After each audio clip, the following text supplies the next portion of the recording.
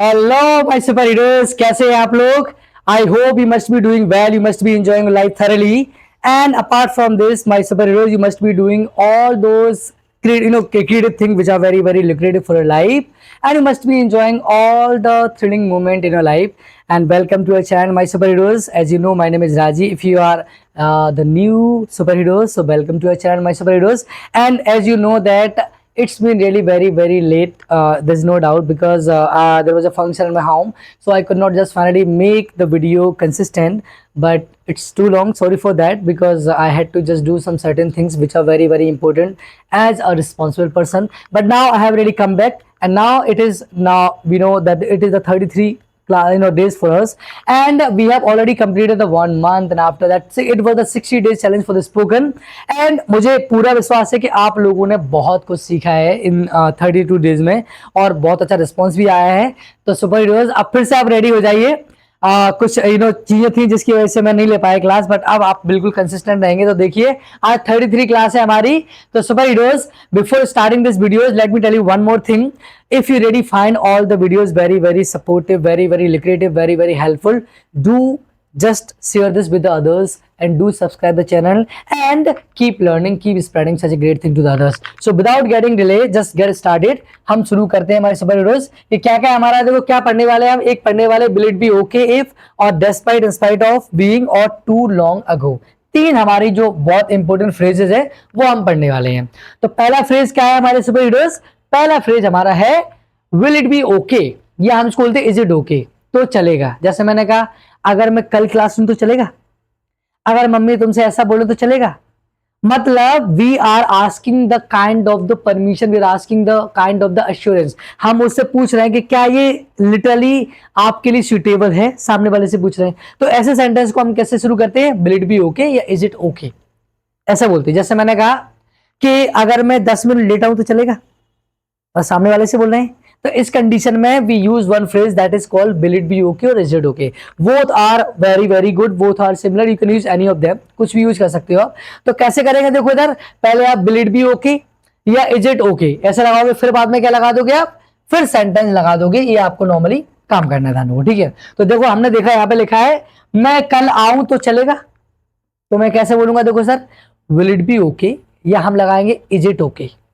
If I come tomorrow, क्या बोलेंगे? If I come tomorrow, अगर मैं कल आऊं तो चलेगा। अगर हम 10 मिनट देर से आए तो चलेगा। सामने वाले से आप बोल रहे हो कि भाई अगर हम 10 मिनट लेट आते तो चलेगा कि नहीं चलेगा ये?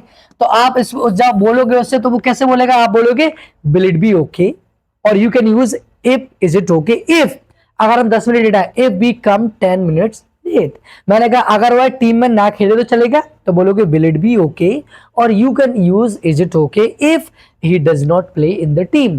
अगर आपको नेगेटिव लगता है तो हम क्या लगा देंगे इसमें?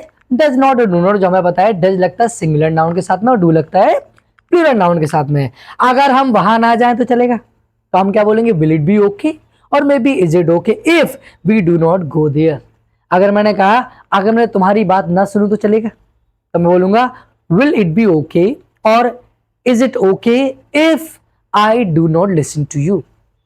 अगर मैं एक दिन छोड़ के क्लास लूं तो चलेगा, तो विल इट बी ओके और is it okay if I take classes alternatively. Getting my point, my superheroes? So both are now justifiable for you. You can use either of them, will it be okay or maybe is it okay. And in what condition we have to use? We have to finally just ask the person who with whom we are talking, जिससे हम बात कर रहे हैं उससे हमें पूछ रहे हैं कि क्या ये चीज चलेगी, क्या आपके लिए सुटेबल है।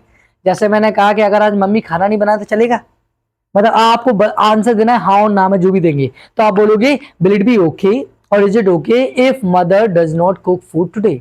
तो इस तरीके से हम इसको यूज कर सकते हैं भाई सुपर हीरोज। तो I hope you must have got it very thoroughly, and now there is no problem for it. If you really feel any type of the problem after watching the videos, I just say you one thing, request you do comment over there so that I can get to know. And I personally reckon that there is nothing which is really kind of the confusion for you. Everything is very lucid, very clear, so nothing is going to be problematic for you. So now we are moving forward to the second one. हम second one की बात करते हैं, इसको बोलते हैं despite या in spite of, और लिखते हैं being, होते हुए।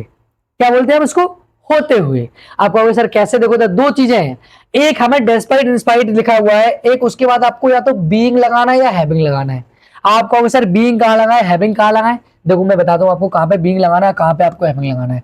हैविंग मतलब जब कोई चीज आपके पास है, क्या है, जब कोई चीज आपके पास है तो उसके लिए हम लगाते हैं हैविंग, और बीइंग लगाते कोई स्टेट, कोई भी अवस्था है, कोई भी स्टेट है, जैसे नाराज होते हुए, खुश होते हुए, मुस्कुराते हुए, कोई वर्ब चल रही है हमारी, नॉर्मल सी बात है, कोई स्टेट चल रहा है हमारा, उस कंडीशन में बीइंग लगाते हैं। जैसे मैंने कहा नाराज होते हुए भी, तो हम लगाए नाराज, हमारी स्टेट है, हमारे माइंड की स्टेट है, तो हमने लगाया बीइंग, बीइंग लगाएंगे हम, क्या लगाएंगे, बीइंग, और उसके बाद बोलेंगे एंग्री। तो जब कभी भी अगर कोई चीज आपके पास हो तो लगाएंगे हैविंग। जैसे मैंने घर होते हुए भी, तो क्या बोलेंगे हम, डिस्पाइट हैविंग होम।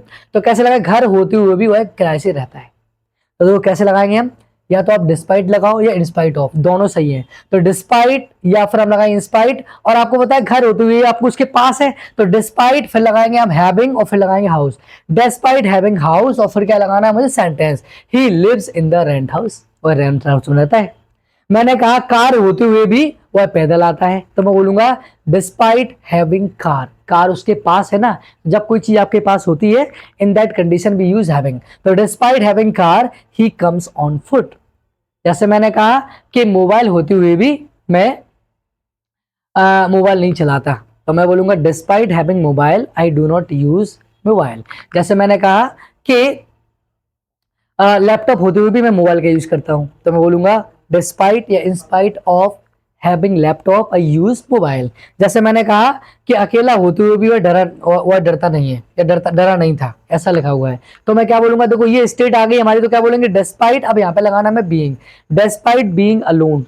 अब अलोन अकेला अपने पास तो कोई चीज होती नहीं है, अगर कोई चीज आपके पास है उस कंडीशन में हम हैव लगाते हैं। तो डिस्पाइट बीइंग अलोन वह डरा नहीं था, ही वाज नॉट स्केयर्ड। जैसे मैंने कहा गुस्से में होते हुए भी उसने अच्छे से बात की, तो मैं बोलूंगा डिस्पाइट या फिर in spite of being angry he talked nicely, यही बोलेंगे। तो जब कभी भी आप होते हुए भी लगाएंगे, there are two phrases for you, one is having and second is being. Having हम किस में यूज कर सकते हैं, हमने पता जब कोई चीज हमारे पास हो, और बीइंग का भी यूज करते हैं जब कोई स्टेट आपके बारे में बोली है। जैसे मैंने कहा कि खुश होते हुए भी वह शांत था, तो मैं कैसे बोलूंगा कि despite being happy he was काम, वह शांत था। तो ये this was the second phrase for you. तो ये हमारे लिए क्या थी, हमारे सुपर हीरोज, ये सेकंड फ्रेज थी, और आई होप कि आपको ये बहुत अच्छे से समझ में आई होगी, कोई भी दिक्कत आपको इसमें नहीं होने वाली।